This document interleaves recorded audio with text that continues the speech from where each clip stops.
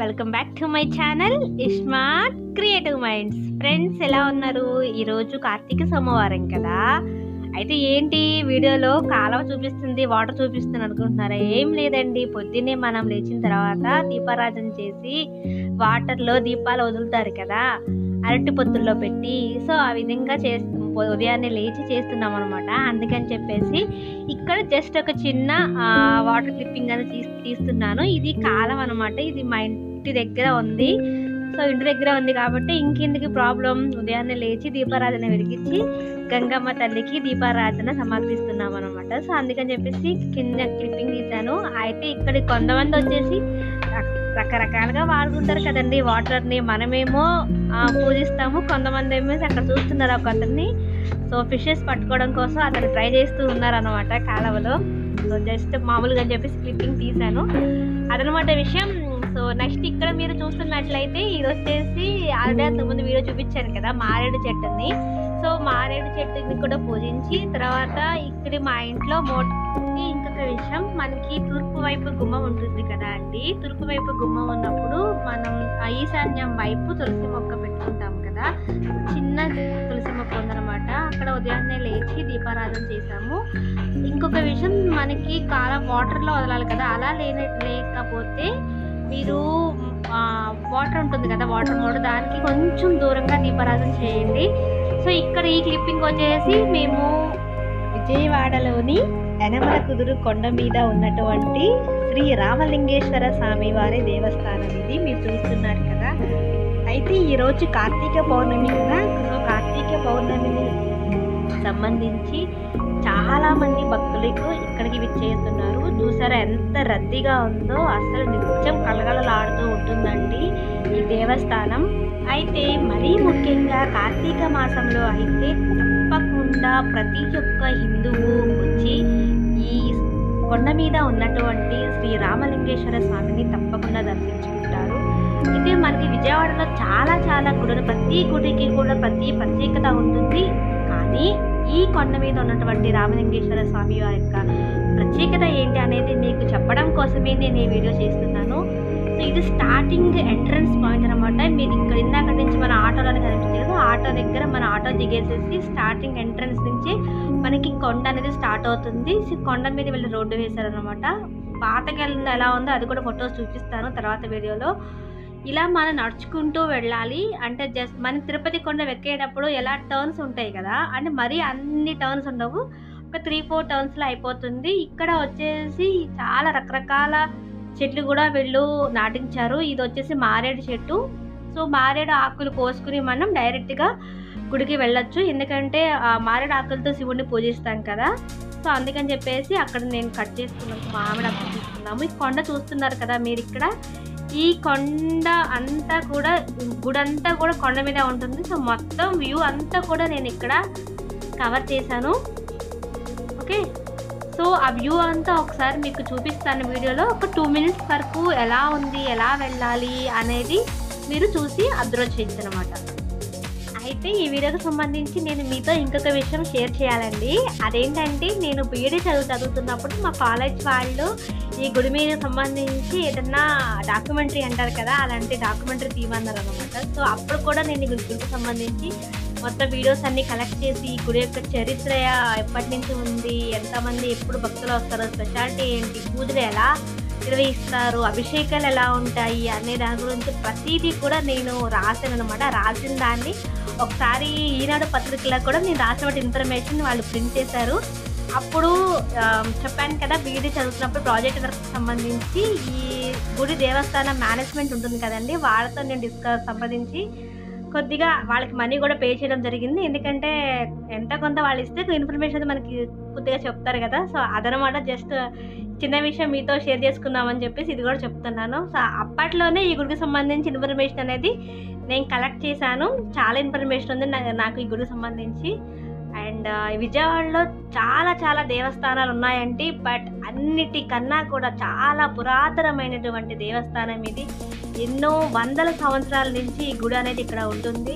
అంతకుముందు ఇక్కడ కనీసం ఒక్క చిన్న పూరిపాక కూడా ఉండేది కాదంట ఈ గుడి స్వామివారు వెలిసినప్పుడు. బట్ ఇప్పుడు చూసారా ఎంత డెవలప్ అయిందో. అక్కడ మనం డైరెక్ట్ కొండ మీదకి నడుచుకుంటా అన్నా వెళ్ళొచ్చు, లేదంటే మన దగ్గర వెహికల్ ఉంటే వెహికల్ ద్వారా అన్నా సరే వెళ్ళొచ్చు. మనం వెళ్ళే దారిలోనే మధ్యలో కావాలంటే అక్కడ మనం బైక్కి పార్కింగ్ చేసుకుని గుడికి వెళ్ళొచ్చు అనమాట. చివరి దాకా అయితే వీళ్ళు పర్మిషన్ ఇవ్వట్లేదు. సో ఇది కంప్లీట్గా కొండంతా కూడా నేను వీడియో తీయడం జరిగింది, అంటే అప్లోడ్ చేస్తారు కదా అని చెప్పేసి. మీకు ఏ ఏరియా సూటబుల్గా ఉంటుందో ఆ ఏరియాలో మీరు కావాలంటే ఎక్కువసేపు రిలాక్స్ అవ్వచ్చు. మానసికంగా చాలా ప్రశాంతత అనేది ఉంటుంది. చిన్న చిన్న గుళ్ళలో ఇది చాలా పెద్ద దేవస్థానం అండి, చాలా చాలా పెద్ద దేవస్థానం. మనం ఎంతసేపు అయినా సరే టైం స్పెండ్ చేయొచ్చు. ముఖ్యంగా కార్తీక మాసంలోను, తర్వాత శివరాత్రి పర్వదినాల్లో అయితే అసలు కొంచెం కూడా ఖాళీ ఉండదు. అంటే ఇసుకేస్తే జలం కింద పడుతుంది అంట చూసారా, అలా ఉంటుందన్నమాట. అంత రద్దీగా ఉంటుంది. బట్ ఈ రోజు అయితే పర్వాలేదు, కొంచెం ఫ్రీగానే ఉందని చెప్పచ్చు. ఇక్కడ శివరాత్రికి చాలా చాలా బాగా వీళ్ళు స్వామివారికి రకరకాల పూజలతో స్వామివారిని అభిషేకిస్తారంట. అది గుడి యొక్క ప్రత్యేకత. అయితే మరి ఇక్కడి నుంచి ఈ వ్యూ అంతా కూడా ఒకసారి చూడండి. ఒక 2 మినిట్స్ పాటు మొత్తం చుట్టుపక్కల ఉన్నట్టు ప్రదేశం అంతా కూడా ఒకసారి మీరు చూడండి.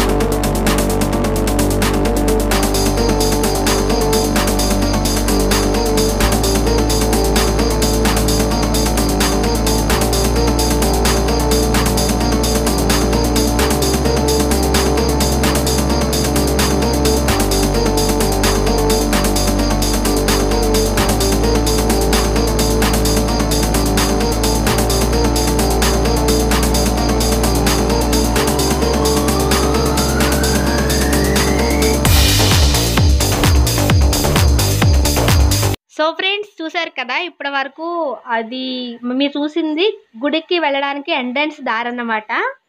అండ్ ఇప్పుడు వచ్చేసి ఇక్కడ మెట్లు ఉన్నాయి. ఈ మెట్ల మీదుగా మనం వెళ్ళేటప్పుడు మార్గ మధ్యంలో మనకి వినాయకుడు కనిపిస్తారు, వినాయక స్వామి వారి దేవస్థానం. అక్కడ మనం వినాయకుడిని దర్శించుకోవచ్చు. అది కూడా ఒకసారి నేను క్లిప్పింగ్ తీసి చూపించాను, ఒకసారి చూడండి. అండ్ ఈ వీడియోలో ఒక చిన్న పాప కనిపిస్తుంది కదా అండి, ఆ పాప మా అమ్మాయి, షీ ఈజ్ మై డాటర్. తన నేమ్ వచ్చేసి సాన్వి అండి. మీకు హాయ్ చెప్తుంది వీడియోలో. పక్కన సైడ్ మెట్లు ఉన్నాయి కదా, ఆ మెట్ల మీదుగా వెళ్తే మనం వినాయకుడిని దర్శించుకోవచ్చు. ఓకే, మహాగణపతి ఆలయం ఇది. సో అక్కడ స్వామివారు ఎలా ఉన్నారు, ఎలా దర్శించుకోవచ్చు, అలాగే దీపారాధన ఎలా చేస్తున్నారు అనేది కూడా ఒకసారి ఈ క్లిప్పింగ్ చూడండి, మీకు అర్థమవుతుంది. అండ్ పక్కన అయ్యప్ప స్వామి దేవస్థానం కూడా ఉంది, అది కూడా చూపిస్తాను నెక్స్ట్.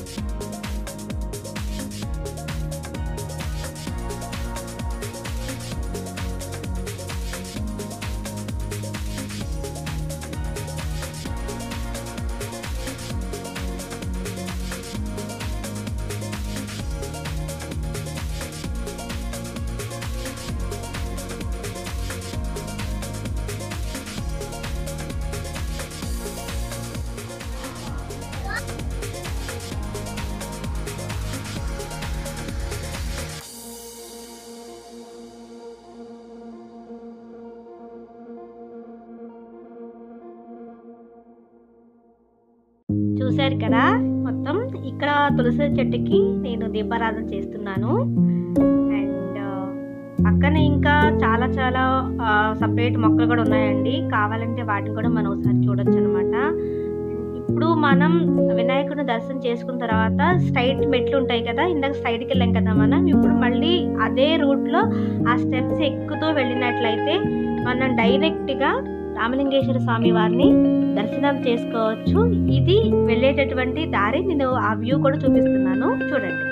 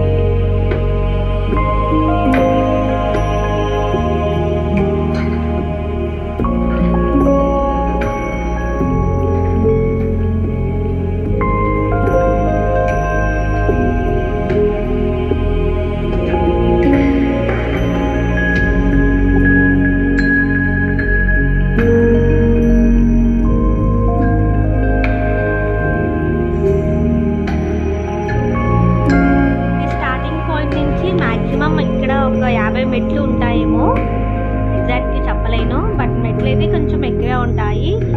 అండ్ ఎవరైతే వాళ్ళ కోరికలు తీర్చుకోవాలనుకుంటారో మనకు తెలుసు కదా, గుడి మెట్లకి పసుపు రాసి కుంకుమ పెడితే వాళ్ళు అనుకున్నటువంటి కోరిక అనేది తప్పకుండా నెరవేరుతుంది. అండ్ మనం కనకదుర్గమ్మ గుడి తెలుసు కదా, విజయవాడలో ఎంత ప్రసిద్ధమైంది, అక్కడ కూడా మెట్ల పూజ చేస్తారు కదా. సో ఇక్కడ కూడా శివుడికి మనం మెట్ల పూజ చేసినట్లయితే, ముఖ్యంగా సంతానం కోసం, మంచి జీతం రావడం కోసం తప్పకుండా ఇక్కడ మెట్ల పూజ చేసినట్లయితే అనుకున్న ఫలితాలు అనేవి 100% జరుగుతాయని చెప్పేసి ఇక్కడ భక్తుల విశ్వాసం. సో అందుకని ఇక్కడ మీరు ఇందాక వీడియోలో చూడొచ్చు, చాలా మంది మెట్లకి పూజ చేస్తూ మనకి కనిపించారు.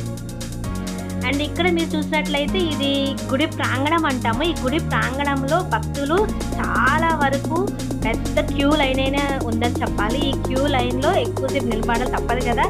మనం ఎప్పుడు కూడా దేవుడి కోసం వెయిట్ చేస్తూనే ఉండాలి. మనం ఎంత ప్రార్థిస్తే దేవుడి నుంచి వచ్చేటువంటి ప్రతిఫలం అంతకన్నా ఎక్కువ ఉంటుంది. కాబట్టి లైన్లో నుంచోవాలా అని అనుకోకూడదు. ఎప్పుడు లైన్లో నుంచుంటేనే మనం ఎంత ఓపికగా ఉన్నామనేది దేవుడు మనకి అప్పుడప్పుడు పరీక్ష పెడుతూ ఉంటారంట కదా.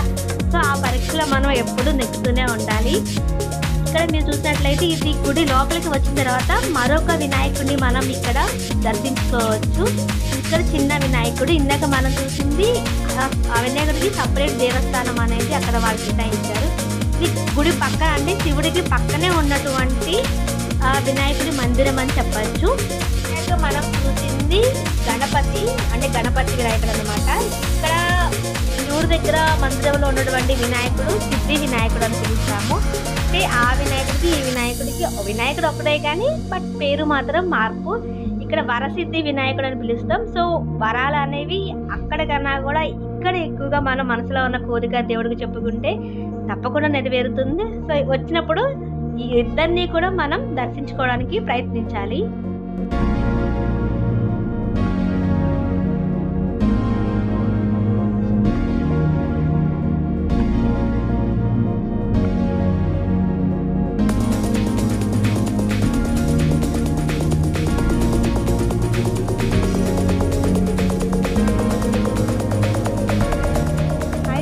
మీరు చూస్తున్నారు కదా, ఇక్కడ ఇది గుడికి ఉత్తరం వైపు ఉన్నటువంటి ఖాళీ ప్రదేశం, అంటే దేవాలయ ఖాళీ ప్రాంగణం అంటాం కదా. దీన్ని ఇక్కడ వచ్చేసి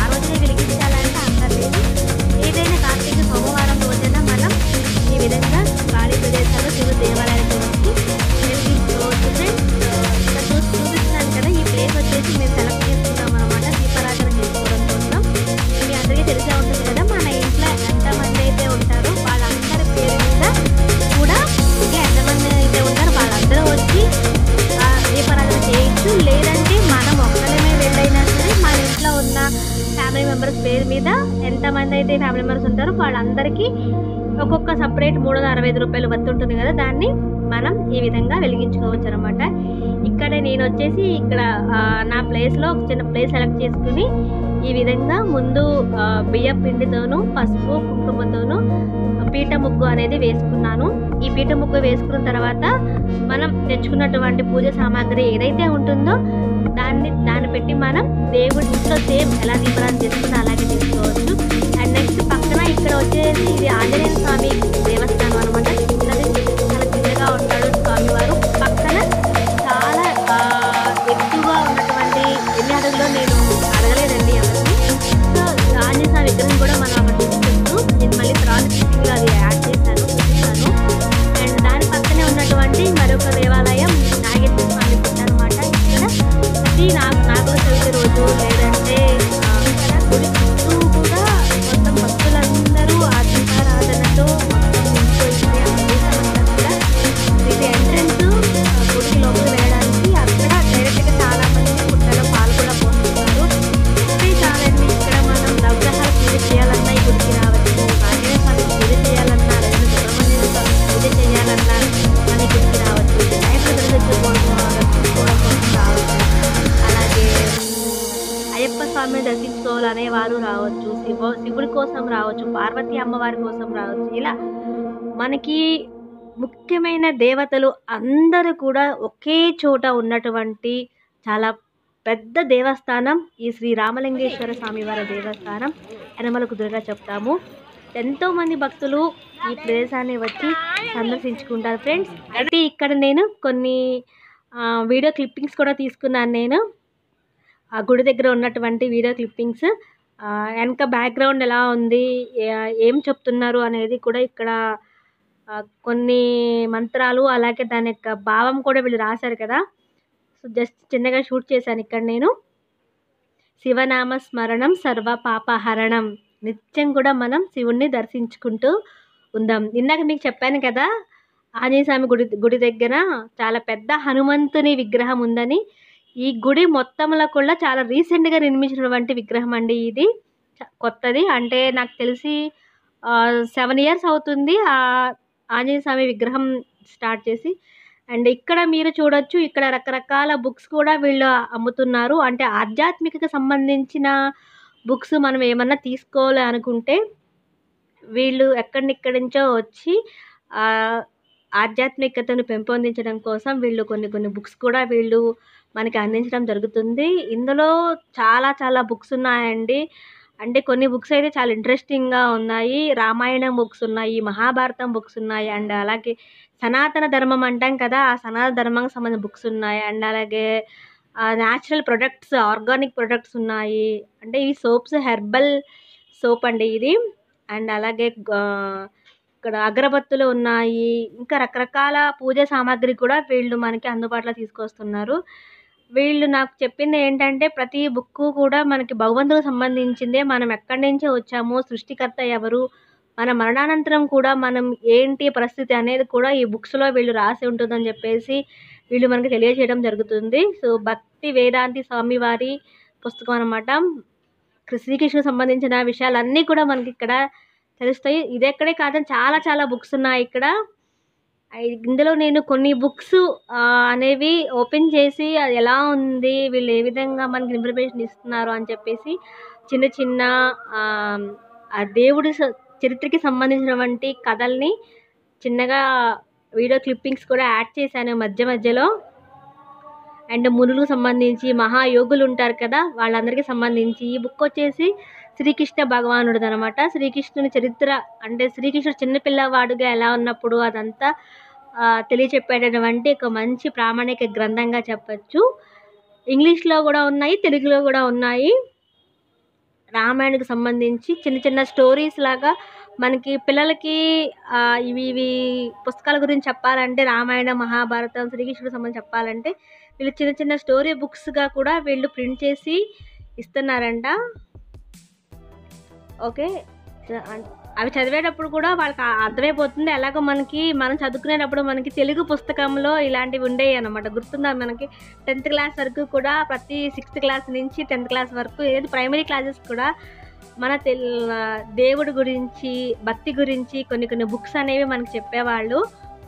అండ్ దానికి సంబంధించి ప్రత్యేకమైనటువంటి బుక్స్ కూడా ఇక్కడ లభిస్తున్నాయి. జస్ట్ చిన్న స్టోర్ లాగా పెట్టుకున్నారు. బట్ నేను అన్ని బుక్స్, ఎలాంటి బుక్స్ ఉన్నాయి అనేది మీతో షేర్ చేసుకోవడం కోసం ప్రతి బుక్కు సంబంధించినటువంటి ఇన్ఫర్మేషన్ నేను వాళ్ళని అడిగి తెలుసుకుని చెప్తున్నాను. అండ్ గీతా సారాంశం బుక్స్, ప్రకృతి నియమాలకు సంబంధించిన బుక్స్, అండ్ ఇంగ్లీష్లో కొన్ని స్టోరీస్, భగవద్గీతకు సంబంధించి, ఓకేనా, కొన్ని ఇమేజెస్ కూడా వాళ్ళు మనకి యాడ్ చేశారు. అంటే చదివేటప్పుడు కొంచెం మనకు అర్థం అవడం కోసం చాలా మంచిగా డిజైన్ చేశారు కదా.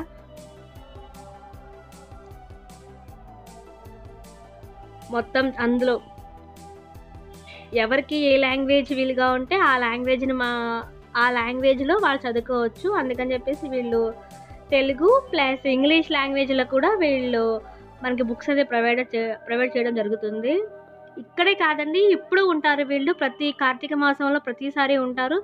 మిగతా ఏదన్నా స్పెషల్ డేస్ ఉన్నప్పుడు కూడా వీళ్ళు మనకి వచ్చే ఉన్న భక్తులు ఏమన్నా బుక్స్ కొనుక్కోవాలనుకుంటే, దేవుడికి సంబంధించి చదువుకోవాలనుకుంటే వీళ్ళ దగ్గర నుంచి మనం తీసుకోవచ్చు. హరే కృష్ణ సవాల్, ఇందులో ఉన్నటువంటి ఒకసారి విషయ సూచిక చూడండి. మొత్తం ఎలా ఉంటుంది, అసలు మనం ఎలా ఉండాలి అనేది కూడా ఇతను చాలా చక్కగా వివరించారు. భక్తి వేదాంత స్వామి వారంట. అండ్ ఈ బుక్ చూసినట్లయితే ఇది అంతర్జాతీయ కృష్ణ చైతన్యం గురించి ఎక్స్ప్లెయిన్ చేస్తుంది. ఆత్మ సాక్షాత్కారం అంటే ఏమిటి, దీన్ని ఎవరు, దాని యొక్క ప్రత్యేకత ఏంటి, ఈ బుక్ ఎవరు రాశారు, అసలు ఆత్మ అనేది మనకు కనిపిస్తుందా లేదా, అది అంతా కూడా మనం ఈ బుక్లో చదువుకోవచ్చుందా, దానికి సంబంధించిన ఇన్ఫర్మేషన్ వీళ్ళు అనేది ఇక్కడ నాకు చెప్పారు. అండ్ నెక్స్ట్ క్లిప్పింగ్ వచ్చేసి ఈ గుడిలో ఉన్నటువంటి మొత్తం మనకి జ్యోతిర్లింగాలు ఎన్నైతే ఉన్నాయో ఆ జ్యోతిర్లింగాలకు సంబంధించినటువంటి ఇన్ఫర్మేషన్ని ఇక్కడ మనకి చిన్న హోర్డింగ్లో ఇన్ఫర్మేషన్ అందిస్తున్నారు. అండ్ పక్కన కనుక మీరు చూసినట్లయితే మీకు గమనించారా, ఎప్పుడైనా దేవస్థానం వెళ్ళినప్పుడైతే వేప చెట్టు, రాగి చెట్టు రెండు కలిసే ఉంటాయి కదా దేవస్థానంలో. సో ఎందుకు ప్రతి దేవస్థానంలో ఈ రెండు చెట్లు కలిసి ఉంటాయి అనేది కూడా ఒకసారి నేను తెలుసుకున్న తర్వాత దానికి సంబంధించి ఒక ప్రత్యేక వీడియో చేస్తాను. అండ్ ఇది గుడి ఎంట్రన్స్ అనమాట. అంటే మనం రామలింగేశ్వర స్వామిని దర్శించుకోవచ్చు. బట్ నాకు పర్మిషన్ ఇవ్వలేదు వీళ్ళు. ఇక్కడ చూసారా అభిషేకపు పాలు అనేవి ఎలా బయటకు వచ్చేస్తున్నాయో, అది కూడా చిన్న క్లిప్పింగ్ తీశాను. అండ్ లింగాలకు సంబంధించినటువంటి చుట్టూ ప్రదక్షిణ చేసేటువంటి ఏరియా. అండ్ ఈ గుడికి సంబంధించినటువంటి ఇంకొక ఇన్ఫర్మేషన్ చెప్పాలంటే ఇది 1970లో ఎలా స్టార్ట్ చేశారంటే 1970వ సంవత్సరంలోనే ఈ గుడి ప్రాముఖ్యత ఎలా ఉంది అనేది వీళ్ళు చిన్న క్లిప్పింగ్స్గా తీసి మనకి ఇచ్చారు. ఇందాక ఆంజనేయ స్వామి చూసాం కదా, హనుమంతుని యొక్క విగ్రహం చాలా పెద్ద విగ్రహం అనేది ఎంట్రన్స్ అయిందండి. దర్శనం చేసుకుని బయటకు వచ్చాము. అది ఇందాక ఆంజనేయ స్వామిది చూపించలేదు కదా, అది చూపిద్దామని చెప్పేసి ఇక్కడ కొంచెంసేపు మెట్ల దగ్గర 5 minutes గుడికి వచ్చినప్పుడు ప్రసాదం కూర్చోవాలంటారు కదా, అందుకని చెప్పేసి ఇక్కడ కూర్చున్నాము. సారీ అండి, గర్భగడిలో ఉన్నటువంటి దేవుడిని రామలింగేశ్వర స్వామిని చిన్న క్లిప్పింగ్ చేశాను. బట్ ఆ క్లిప్పింగ్ అనేది ఆ గుడి మేనేజ్మెంట్ వాళ్ళు వీడియో చూసినప్పుడు చూసి వాళ్ళు తీసేయమన్నారు. ఇంకా అందుకని చెప్పేసి డిలీట్ చేసేసాను. అది పెట్టకూడదు అన్నారు. మరి ఎందుకులే అని చెప్పేసి వాళ్ళ పర్మిషన్ లేకుండా మనం చేయకూడదు అని చెప్పేసి నేను తీయలేదన్నమాట దేవుడిని. ఇక్కడ వచ్చేసి జస్ట్ నేను మా అమ్మాయి సరదాగా ఆ గుడిలో కొన్ని ఫొటోస్ తీసుకున్నాము. ఇది వచ్చేసి అంటే గుడికి వెళ్ళేటప్పుడు పక్కన ఎంట్రన్స్ ఉంటుంది కదా, చిన్న సందులా ఉంటుంది, ఇలా కూడా వెళ్ళొచ్చు. మెట్ల దారి కాకుండా సైడ్ రోడ్ అనమాట ఇది. ఇక్కడ వచ్చేసి ఈ విధంగా శివుడిని ఈ విధంగా ప్రతిష్ఠించారు. చాలా చూడటానికి చాలా ఎంత అద్భుతంగా ఉన్నారు కదా. అండ్ తర్వాత ఇక్కడ ఉసిరి చెట్టు కూడా ఉంది. ఉసిరి చెట్టుకి కూడా కార్తీక మాసంలో పూజ చేస్తే మంచి జరుగుతుందని చెప్పేసి భక్తుల విశ్వాసం అంట. అందుకనే ఇక్కడ కూడా చాలామంది పూజ చేశారు. అండ్ కొన్ని క్లిప్పింగ్స్ యాడ్ చేశాను మధ్యలో. అండ్ ఆ ప్లేసెస్ జస్ట్ చిన్న ఫోటోషూట్ లాగా ఒక 4-5 ఫొటోస్ తీసుకున్నాము. సో ఇది ఫ్రెండ్స్, వీడియో ఎలా అనిపించింది మీకు? గుడికి సంబంధించినటువంటి ఇన్ఫర్మేషన్ ఎంత కొంత ఇచ్చారని అనుకుంటున్నాను. సో ఎలా తర్వాత దర్శనం చేసుకుని వెళ్ళిపోయే ముందు ఇది మెట్ల మార్గం అనమాట. ఈ మెట్ల మార్గం ద్వారా కూడా మన కిందకి డౌన్కి వెళ్ళిపోవచ్చు. లేదు మెట్లు దిగలేమనుకున్న వాళ్ళైతే పక్కన స్టార్టింగ్లో చూపించాను కదా, సో అలా కూడా వెళ్ళొచ్చు అనమాట. ఇవాళ వీడియో మీకు నచ్చిందని అనుకున్నాను. మీకు నచ్చితే తప్పకుండా లైక్ చేయండి, షేర్ చేయండి, అలాగే సబ్స్క్రైబ్ చేయండి. చూస్తూనే ఉండండి మన channel iSmart creative minds and share your friends and family members. Bye friends, bye bye, take care.